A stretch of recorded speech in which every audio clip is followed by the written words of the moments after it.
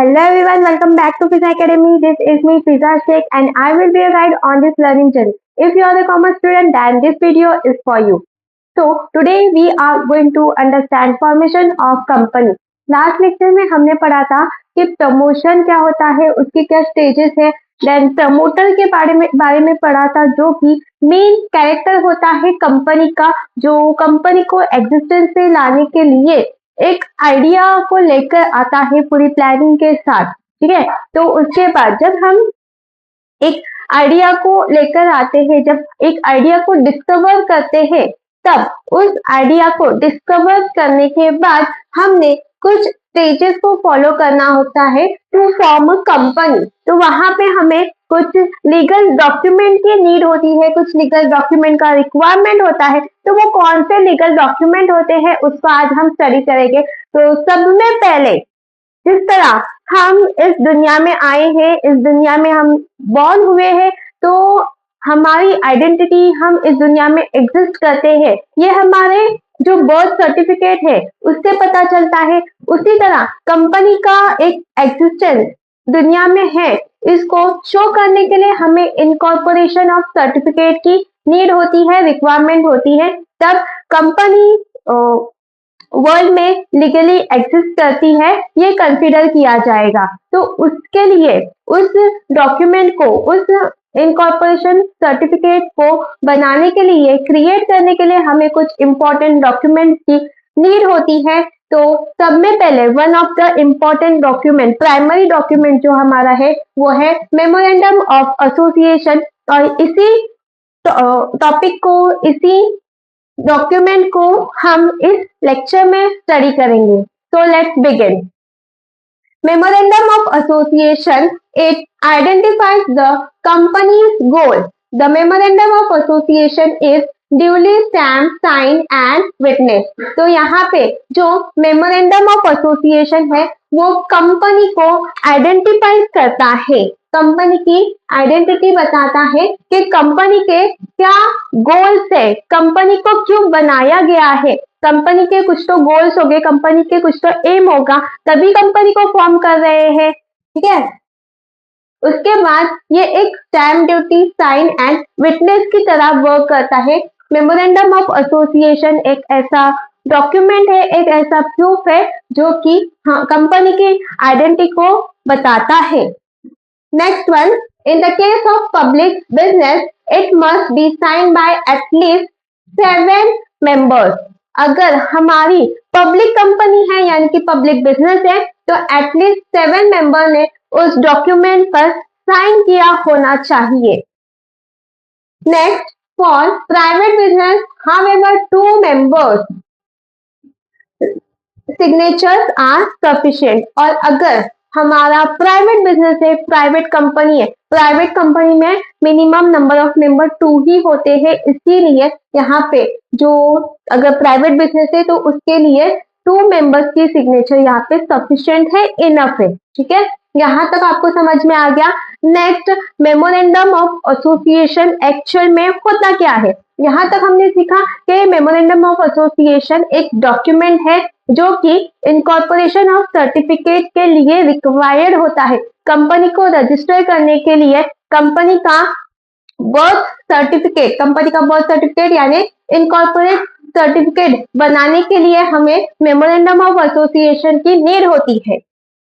अब उसके बाद इस मेमोरेंडम ऑफ एसोसिएशन में क्या क्या डिटेल होती है, क्या क्या चीजें इंक्लूड होती है, कंटेंट्स होते हैं, इसको स्टडी करते हैं। तो the following clauses are included in the MOA.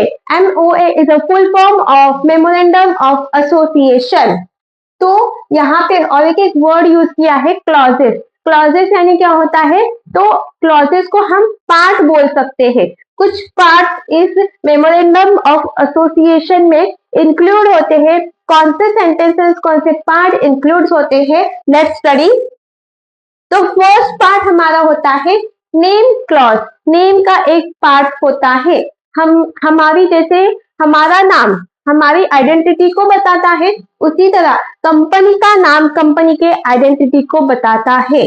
तो नेम क्लॉज में क्या होता है, the section contains the name of the business, हमारे बिजनेस का, हमारे कंपनी का क्या नाम है, वो होता है नेम क्लॉज में, that has already been approved by the registrar of companies, जो कि रजिस्ट्रार ऑफ कंपनीज ने अप्रूव किया होना चाहिए।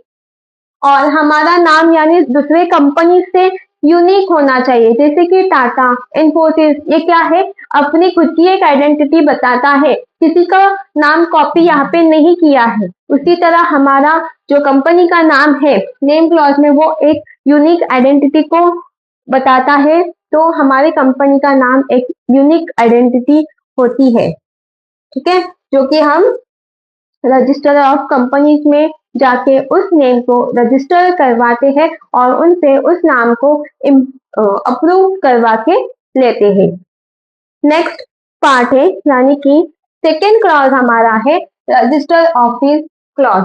रजिस्टर ऑफिस क्लॉज जो मेमोरेंडम ऑफ एसोसिएशन है, उसमें हमारा रजिस्टर ऑफिस क्लॉज होना चाहिए, यानी कि हमारा जो ऑफिस है वो कहाँ पर है, कौन से स्टेट में है, कौन से एरिया में है, कौन से डिस्ट्रिक्ट में है। It specifies the state in which the company's register office proposed to be located. हमारा कंपनी का ऑफिस कहाँ पर रजिस्टर है, और ये रजिस्टर ऑफिस क्यों रिक्वायर्ड है कि अगर कोई लीगल डॉक्यूमेंट हम तक पहुंच रहे हैं, हमारे कंपनी तक, हमारे कंपनी के रिलेटेड कोई लीगल डॉक्यूमेंट आएंगे, तो वो कौन से एड्रेस पर आएंगे, तो हमारा जो कुछ भी रजिस्टर ऑफिस है मेमोरेंडम ऑफ एसोसिएशन में, उसी एड्रेस पर उसको सेंड किया जाएगा। इसीलिए हमारा जो रजिस्टर ऑफिस क्लॉज है, ये एक इम्पोर्टेंट पार्ट है मेमोरेंडम ऑफ एसोसिएशन का। नेक्स्ट वन है थर्ड क्लॉज। थर्ड क्लॉज क्या है हमारा, ऑब्जेक्ट क्लॉज, ठीक है, या फिर ऑब्जेक्टिव क्लॉज। कंपनी का कुछ तो एम होगा, कंपनी का कुछ तो ऑब्जेक्ट होगा, कंपनी को यूं ही फॉर्म नहीं किया है, कंपनी को कुछ तो फ्यूचर में करना होगा, तो उसी कंपनी को हम फॉर्म करते हैं। तो कंपनी का क्या फॉर्म है, वो फॉर्म उस ऑब्जेक्ट को इस क्लॉज में लिखा जाता है। This specifies the reason for the company formation. Company को क्यों फॉर्म किया है, कुछ तो रीजन होगा ना उसके बिहाइंड, कुछ रीजन के वजह से हमने कंपनी फॉर्म की है। अगर कंपनी का कोई रीजन ही नहीं है, कंपनी का कोई ऑब्जेक्ट ही नहीं है, मे बी वो सोशल वर्क का हो सकता है, मे बी वो प्रॉफिट का हो सकता है, ऑब्जेक्ट कुछ भी हो सकता है, पर ऑब्जेक्ट होना चाहिए, ठीक है।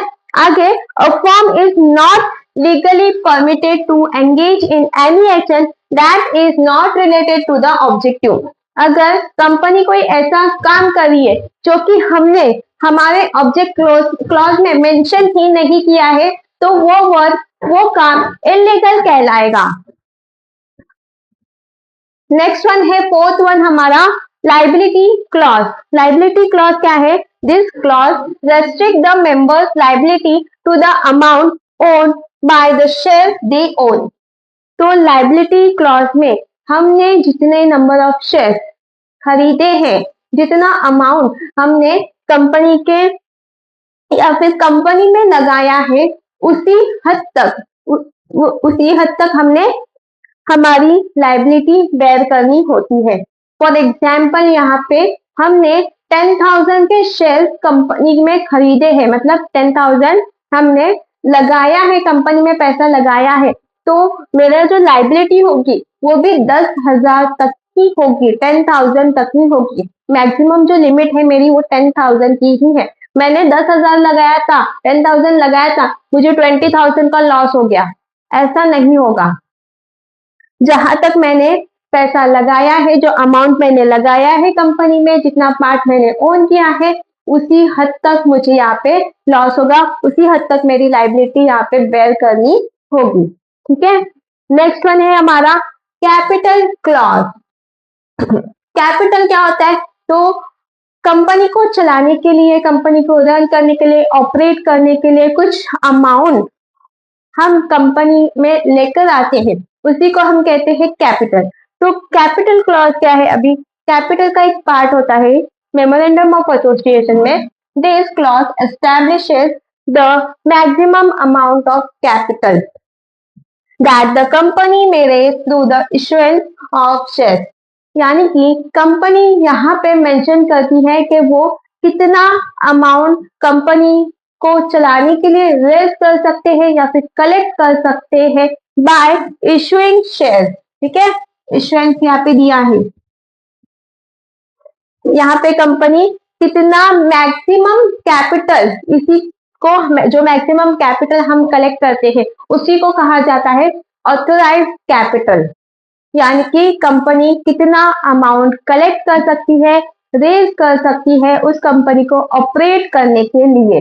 जो कुछ भी अमाउंट कंपनी रेज कर रही है, कलेक्ट कर रही है, वो अमाउंट इस क्लॉज में मेंशन होना चाहिए। फॉर एग्जाम्पल, कंपनी 10 लाख तक कैपिटल गैदर करने वाली है, रेज करने वाली है, तो वो जो 10 लाख अमाउंट है यानी जो ऑथोराइज कैपिटल है वो कैपिटल क्लॉज में मेंशन होना चाहिए। अगर हमें और पैसों की नीड है, फॉर एग्जाम्पल कंपनी ने 10 लाख तक कैपिटल रेज किया था बट कंपनी को 20 लाख की नीड है, तो यहाँ पे कंपनी हमारे कैपिटल क्लॉज में जाकर अल्टरेशन करवा सकती है यानी कि चेंजेस करवा सकती है। बट जो कुछ भी अमाउंट है वो यहाँ पे मेंशन होना चाहिए, कैपिटल क्लॉज में मेंशन होना चाहिए। लास्ट वन हमारा है subscription clause. The subscription provision, which is the last clause of MOA, shall declare the subscribers intend to incorporate the company and agree to take share in the firm। हमारा अगर capital clause 10 lakh का है, अगर हमारा authorise capital 10 lakh का है या फिर 20 लाख का है, हम पब्लिक को इनवाइट करेंगे, पब्लिक को बताएंगे कि हम कंपनी के कुछ शेयर्स इशू कर रहे हैं और कैपिटल रेज कर रहे हैं। अगर पब्लिक राजी है, अगर पब्लिक अग्री है उस शेयर्स में इन्वेस्ट करने के लिए, तो उसी के लिए बनाया जाता है सब्सक्रिप्शन क्लॉज, जहां पे हम दिखाते हैं कि जो सब्सक्राइबर्स है, जो बायर्स है, ठीक है, वो यहाँ पे अग्री है, रेडी है कंपनी को इनकॉर्पोरेट करने के लिए, कंपनी को एग्जिस्टेंस में लाने के लिए, कंपनी को रन करने के लिए, कंपनी को ऑपरेट करने के लिए, they are ready to give money और take a part in a capital. तो यही हमारा है सब्सक्रिप्शन क्लॉज। तो ये क्लॉजेस हमारे मेमोरेंडम ऑफ एसोसिएशन में कंटेन होते हैं, इंक्लूड होते हैं। तो मेमोरेंडम ऑफ एसोसिएशन में क्या क्या चीजें होती है? पहली बात तो जो मेमोरेंडम ऑफ एसोसिएशन है ये एक लीगल डॉक्यूमेंट है जो कि कंपनी की आइडेंटिटी बताने के लिए बहुत इंपॉर्टेंट है, प्राइमरी डॉक्यूमेंट इसे कहा जाता है। नेक्स्ट है जो हमारा एमओ है उसमें नेम क्लॉज होगा, यानी कि कंपनी की यूनिक आइडेंटिटी, कंपनी का क्या नेम है। देन रजिस्टर ऑफिस, कंपनी कहाँ पर रजिस्टर है, कंपनी कहाँ पे लोकेटेड है। थर्ड वन, कंपनी का क्या ऑब्जेक्ट है, कंपनी का क्या एम है, कंपनी को क्या गोल अचीव करना है। नेक्स्ट है लाइबिलिटी, कंपनी की लाइबिलिटी क्या होगी, जितना अमाउंट कंपनी ने लगाया है उसी हद तक कंपनी की लाइबिलिटी होगी, या फिर जो मेंबर्स है उनकी लाइबिलिटी, उन्होंने जितना अमाउंट कंपनी में लगाया है उसी हद तक वो लाइबिलिटी को बेयर करेगी। यहाँ पे कोई भी पर्सनल प्रॉपर्टी पे चार्ज नहीं लिया जाता है। नेक्स्ट है हमारा fifth one capital clause. Capital clause में हमारा ऑथराइज कैपिटल होता है कि कंपनी पब्लिक से कितना कैपिटल रेज करेगी कंपनी को ऑपरेट करने के लिए, कंपनी को रन करने के लिए। And last one subscription clause, ये बताता है कि जो सब्सक्राइबर्स है वो कंपनी में पैसा लगाने के लिए रेडी है, एग्री है। ठीक है, तो यही सारे हमारे क्लॉजेस थे, यही सारे पार्ट हमारे मेमोरेंडम ऑफ एसोसिएशन में इंक्लूड होते हैं। आई होप आपको जो मेमोरेंडम ऑफ एसोसिएशन जो इम्पोर्टेंट डॉक्यूमेंट, प्राइमरी डॉक्यूमेंट है वो समझ में आया होगा। तो नेक्स्ट लेक्चर में मिलते हैं हम आर्टिकल ऑफ एसोसिएशन के साथ, जो कि एओए हमारा सेकेंडरी डॉक्यूमेंट है। जिस तरह मेमोरेंडम ऑफ एसोसिएशन कंपनी को इनकॉर्पोरेट करने के लिए बहुत इंपॉर्टेंट होता है, उसी तरह एओए भी कंपनी को इनकॉर्पोरेट करने के लिए बहुत इंपॉर्टेंट डॉक्यूमेंट है, तो उसको हम नेक्स्ट लेक्चर में पढ़ेंगे। So till then bye bye, take care and do not forget to subscribe my channel.